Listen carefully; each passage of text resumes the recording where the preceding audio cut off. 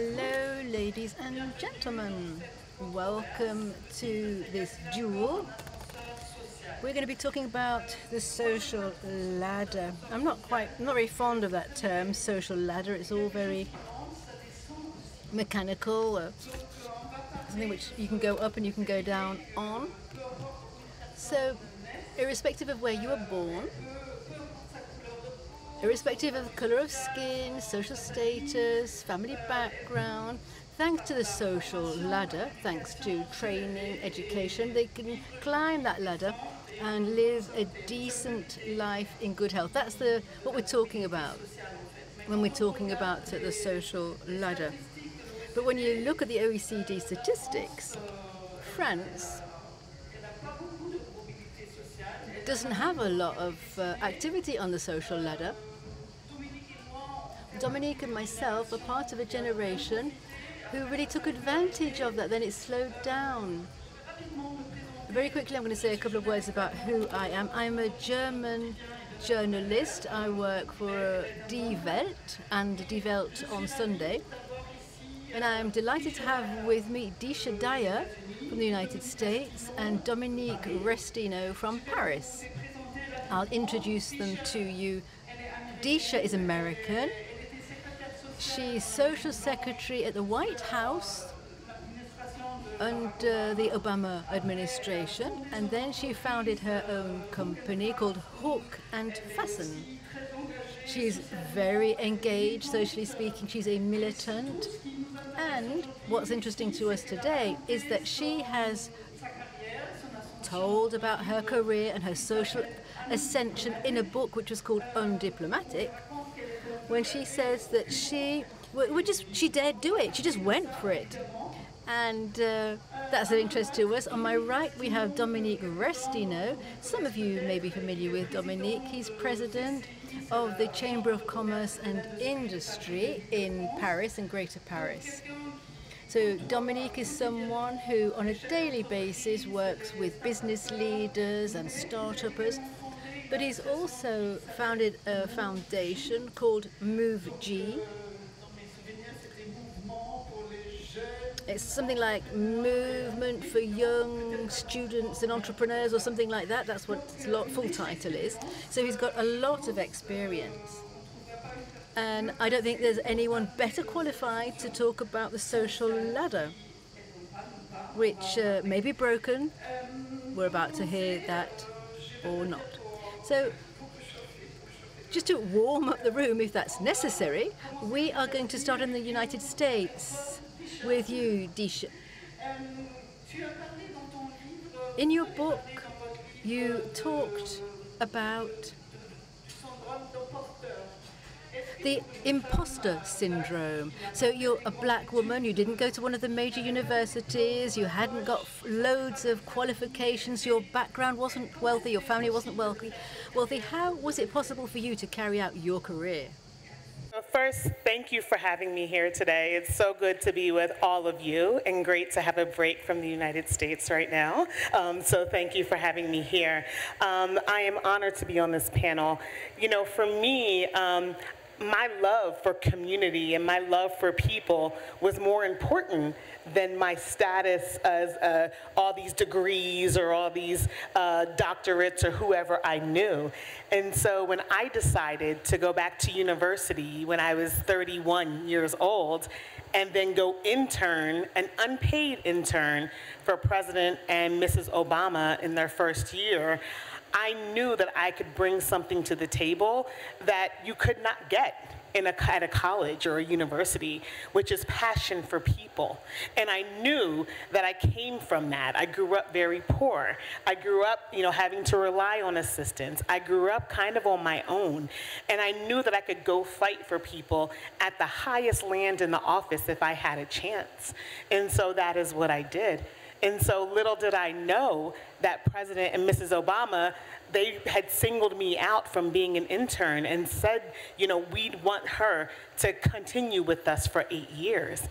And so in those 8 years at the White House, I graduated university and I got promoted multiple times. Until then, I was a senior aide to the President and First Lady. And to me, it was an opportunity to bring people in from different social ladders and different classes that did not have the chance to kind of work at the White House or work in the highest office. And so I used my privilege, what I had, to make a difference. And that still continues till this day. Merci.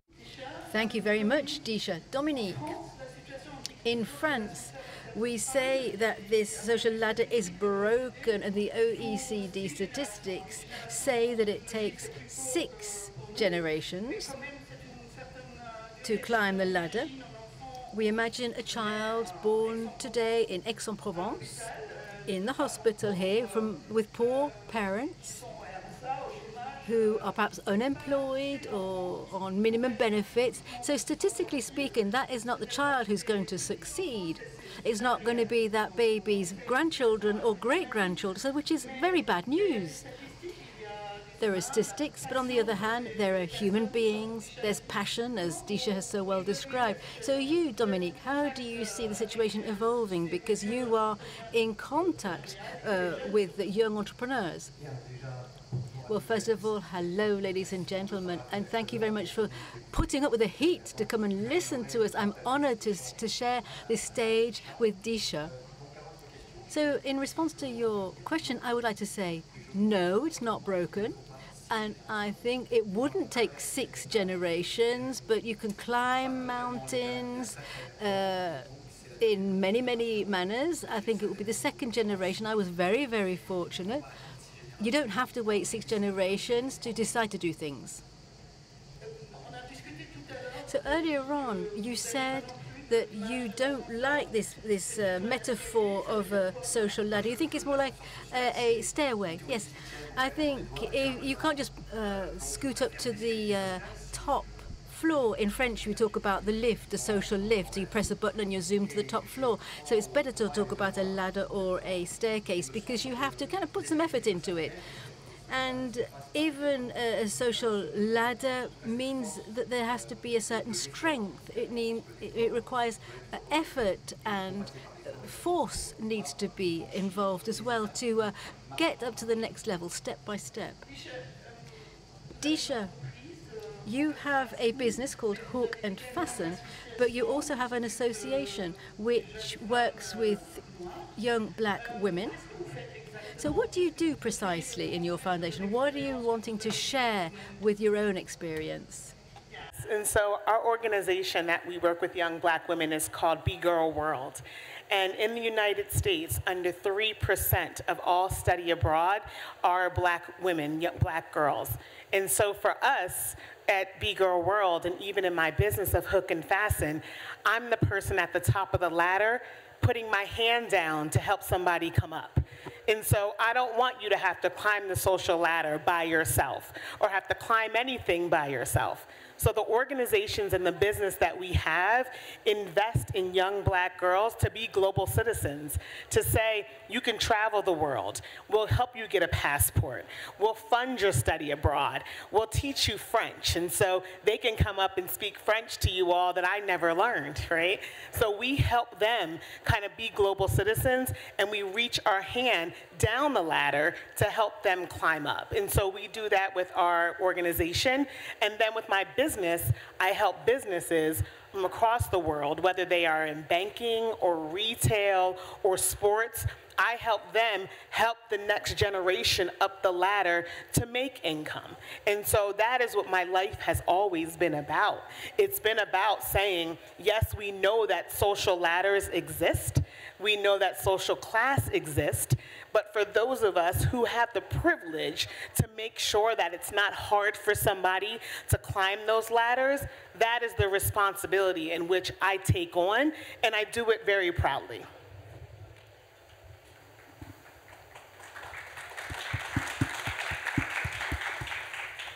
Dominique, would you like to say any words about that idea or talk about the French school? I was wondering, above every school gate, you've got freedom, brotherhood, equality. Some French people send their children to private school now, and we no longer have the idea that meritocracy is working as well as it perhaps used to. What do you say about this, Dominique? Because you are in contact with youngsters who go to all kinds of schools. First of all, I'd say that this social ladder it exists even with apprenticeships, for example, and learning. You learn, first of all, at school. Then, as you've said, I do meet a lot of business leaders every day at the Chamber of Commerce and Industry. We also have a centre for education. We train 72,000 people per year in 14 different schools. There are some schools that are really well recognised. There's a business school, we've got HEC, ESSEC, and there are other schools for French cuisine, which there's the Ferrandi school, and they're all among the best schools in the world. And we've got a film school, a movie school, which is one of the best in the world. So I do think, as far as the Chamber of Commerce is concerned, we do strive to make sure that there is a social ladder, because 20% of those people who have a scholarship go to our management schools. It's not a question of is it difficult or not. In these different schools, we are looking for excellence and quality. And when we have excellence and quality, there's no discussion. We find a solution. We have the headmasters of these different schools, and they find the solutions with the right grants, with the right funding, to make sure that these youngsters can deal with their situations. And the French system, let it be said, we think it's expensive to go to school, but in France there are many opportunities to help youngsters who want to learn. With student loans, they have to be reimbursed, of course, but it takes you have a long time to reimburse it. So when you've got talent, and when you're ready to work hard, and when you're committed and you want to do the effort, then the schools, French schools, and our Chamber of Commerce schools will always find the solutions to help the youngsters who really want to learn. Deesha, what are the greatest hurdles that you encounter in your work when you're helping young women? What is the main problem? The main problem that I encounter, there's two of them. One of them is funding. So if all the problems and all the things happening in the world, from hunger or housing or lack of resources, people see travel and learning different cultures and languages as a privilege, not as a right. And so people will say, we can't fund, for young girls to go to Paris because we've got to help their parents get homes. So there's a lack of funding when it comes to making sure our young students are prepared. And so I think that the challenge I have is trying to convince people that it's worth it. Because it's not that people don't want to give, it's just that the needs are great across the board that sometimes they can't give to all. I think the second challenge that I have is just convincing the young girl or the young student that they're worth it, that they are worth the time, they are worth the money, they are worth the energy, that we love them and we want to see them succeed. And sometimes when you're maybe perhaps raised in a family or an environment like I was, where that wasn't drilled down a little bit, it takes you a while to understand how worth it you are, that you are worth somebody fighting for you. So sometimes, as mentioned, we need the students to believe in themselves, to put the work in so we can meet them halfway. And sometimes that's a challenge with a young person, but I don't give up. I keep going. And, some of them sometimes don't make it, but most of them do. And that is why we keep doing it.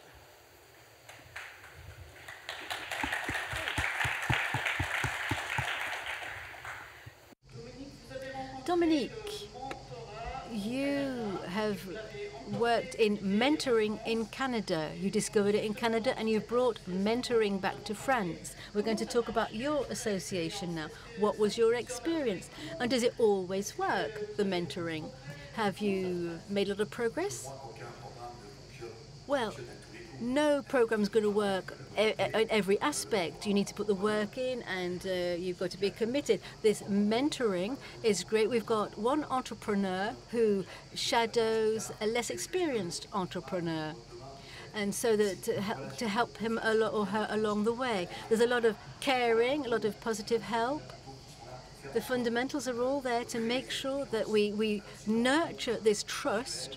We have monthly meetings, helping the person to pose the right questions. The mentor is not there to ask the right questions. The mentor is there so that the person they're mentoring asks the right questions.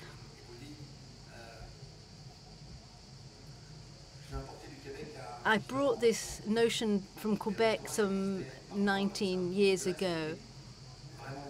But now, very recently, it has become very well constructed, and over recent years, the French president has put his shoulder to the wheel also. But to come back to this subject of the social ladder, well, I would say mentoring is part of this kind of social staircase or ladder in our schools at the Chamber of Commerce. And we find it here because when we help different people, not to show them how they should go about things, because we all have our own experience. Often people say to me, it's great to give examples and to pass on your own experience, whereas I think you can share an experience, you can't pass it on at different levels. We all have our own point of view depending on our own experience, and then mentorship through this social ladder means that you can discover a world that you were not aware of. The actions which we carry out, well, I'm a public and private. I have two hats, so I can combine the best of those two public and private worlds. When we have youngsters who don't have any networks, they don't know people. If you talk about traineeships, for example, when a youngster is training, they have to go out and get a traineeship or an internship during their studies. They don't know very many people. And also, there are youngsters who come from very underprivileged neighborhoods who don't know people who can give them these trainee experiences. So we do programs such as that so that we can get these youngsters who don't have contacts to meet with people who can take them in on an internship. So that's training, education, and we also do it with our different programs, because the Chamber of Commerce and Industry in France helps project leaders and enterprises to create and grow their businesses and to set up businesses. And so this is the work which we do with our colleagues to make sure that we include everybody, absolutely every single person, male, female, boy, girl, man, woman, who's ready to roll up their sleeves. It's not going to happen on its own. You have to be ready to put the work in. And I think that a mentorship for entrepreneurs is a good illustration. That is why I've really committed myself to these programs, which will grow. And I help youngsters aged between 18 and 30 who've got different levels of education, because I'm convinced that the first natural resource of a country is their youth. And we need our youngsters. We need our youth. So the question for me, in France, we believe a lot in our qualifications. When I hear what you say, Dominique, I say, well, no, the qualifications aren't the most important thing. This morning, I was talking with a French entrepreneur who lives in the States, and he was saying, he's very successful, he was saying that my son, I would recommend him I prefer to give him money rather than send him off to college, and for him to set up his own business. Deesha, apparently it costs $400,000 to get a bachelor's degree so that you can get a job after that, and where you're not going to be better paid because of your bachelor's degree. So what kind of possibilities are there in your country today?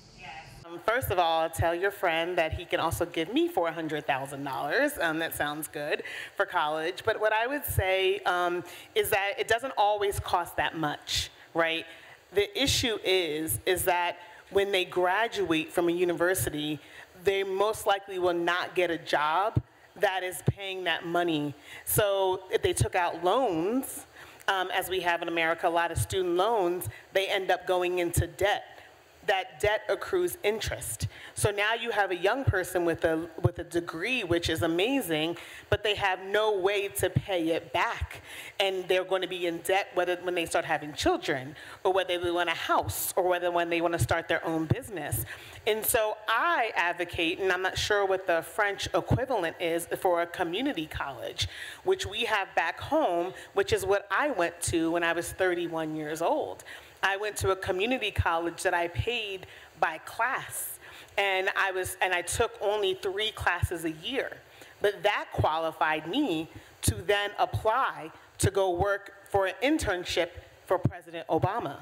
So that led that for me, and then once I finished, I was able to continue going to school and working at the White House. And so I think that part of our social issue in America is that we want our students to appear the brightest and the best, which means they're going to the universities that cost $400,000, just so they could say, my student went to Harvard, my student went here, which is no problem with that. The issue is that they get themselves into debt, you know? And so there is a slower pace way of doing it, but since we like image and we want to make sure that we're seen as the Harvard student or anything else, people will take that over financial literacy and taking time for the students to go through.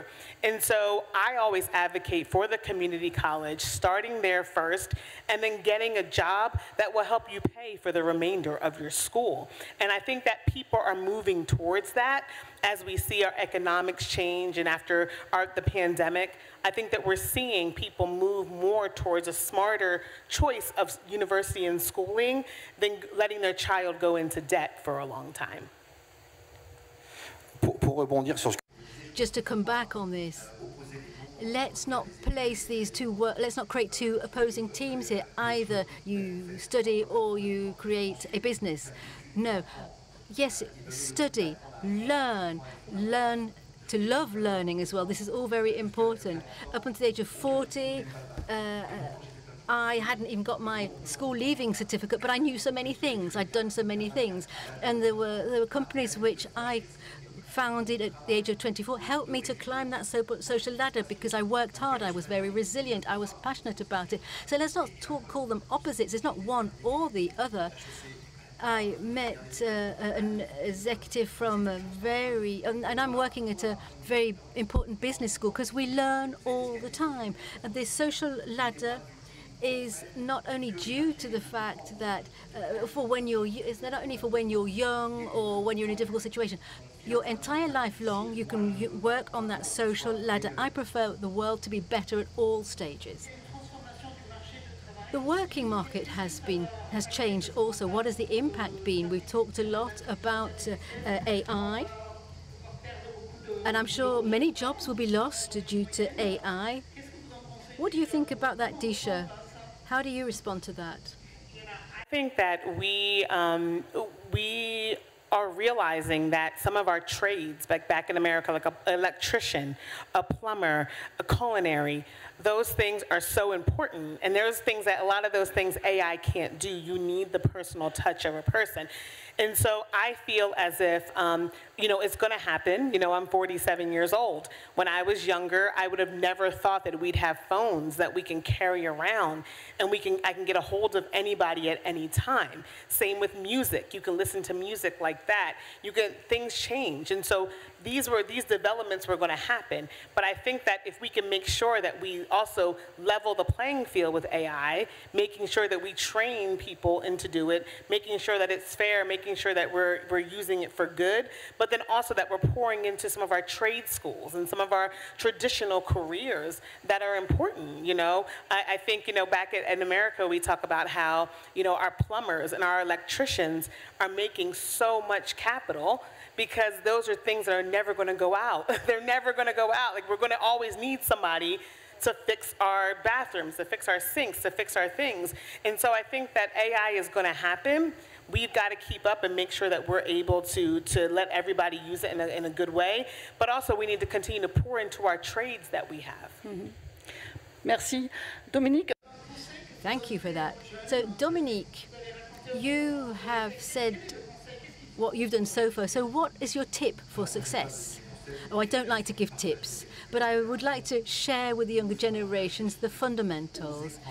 Dare to believe in yourself, because that is what's going to give you the energy, and step after step you will be able to climb that social ladder. That strength is important, and there will be people who you'll meet. Let's get back to the mentoring question. Mentoring is helping the other to grow. Let me give you a tiny example. I'm going to give you a gesture here. I'm putting the microphone down. It's flowing through my veins, mentorship. Mentorship helps others to grow. I want you to take 5 seconds, because everyone here in this room, you're all in a position to help someone else to grow. Just do this gesture, help that person to grow. Do the movement, follow me with your arms, and the world will grow. It really will grow. Thank you.